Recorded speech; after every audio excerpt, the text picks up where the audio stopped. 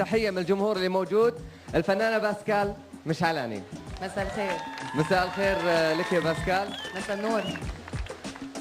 طبعا اول شيء نرحب فيكي، شرفتي ووجودك في مثل هذه الحفلات يعتبر تشجيع للمواهب الشابه والقادمه. تحرصين باسكال على مثل هذه الامور؟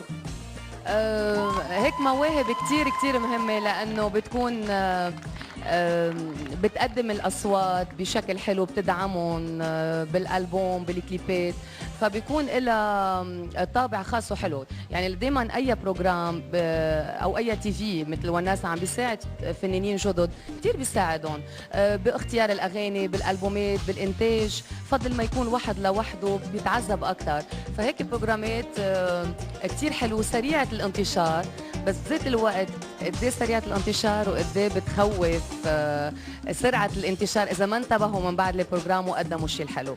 مين تتوقعي من بعض المتسابقين اللي يعني مش اي برنامج هواة ممكن يطلع منه فنان للساحه ينطلق؟ يعني ليك اي فنان عم بيقدم الكلمه الحلوه واللحن الحلو وعنده كاريزما وذكي باختياره حيكمل المشوار ويمشي، وكل انسان مؤمن بفنه حيكمل ويمشي، يعني اكيد ما في شك.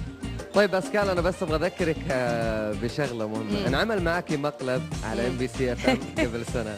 ايه بتذكر انت الموضوع؟ هلا عم تذكرني. اولا 50 ناقه 50 ناقه فيرست كلاس على الهواء تطلعي، ما عندك مشكله. طيب باسكال، نبغى نتكلم عن الاغنيه الاخيره، حبك غير او حبيبي غير.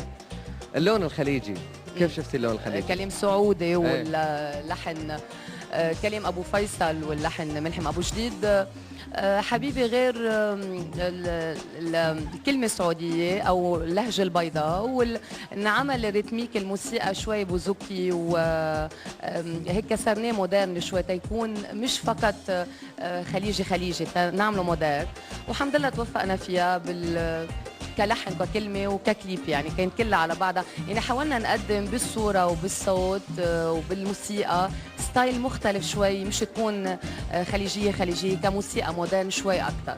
طيب راح نسمع في ألبومك الجديد اللي راح ينزل أغاني خليجية كمان، ولا هذه تعتبر أول تجربة ولا كيف؟ لا، الألبوم الجديد حيكون ب20 حزيران بعد شي شهر إن الله راد. خلصنا انتو في حبيبي غير حتكون بالألبوم لا حيكون في اللبناني والمصري، بس حبيبي غير لأنه سنجل حتكون مضمومة بالألبوم. بس من بعد الألبوم في سنجل تاني كمان أغنية سعودية إن الله راد عم نشتغلها حتكون حلوة كمان. طيب بالنسبة للمشتركين اليوم عايشين حالة قلق ورعب وخوف، إيش حابة تقولي لهم؟ لا، بقول مبروك سلف اللي حيربح، بس مش مهم اللي حيربح، المهم اللي حيكمل، لأنه اللي بده يكمل المشوار هو الأصعب. في ناس بتاخد جايزة وما بتنجح، في ناس ما بتاخد جوائز وبتنجح بمشوار الفني. فبقول لهم اللي ما حيربحوا موفقين وجود لك، اشتغلوا وامنوا بموهبتكم اكثر حتوصلوا، واللي حيربح كمان بقول له مبروك سلام. احنا بس كان نشكرك على حضورك ونقول لك الف شكر، وان شاء الله تستمتعي مع الجمهور. وين التحيه حق باسكال؟ وين تحيه باسكال؟ شكرا لك، ميرسي ولفيفي وناسا. شكرا لك. اوكي شكرا. طبعا مشاهدي قناه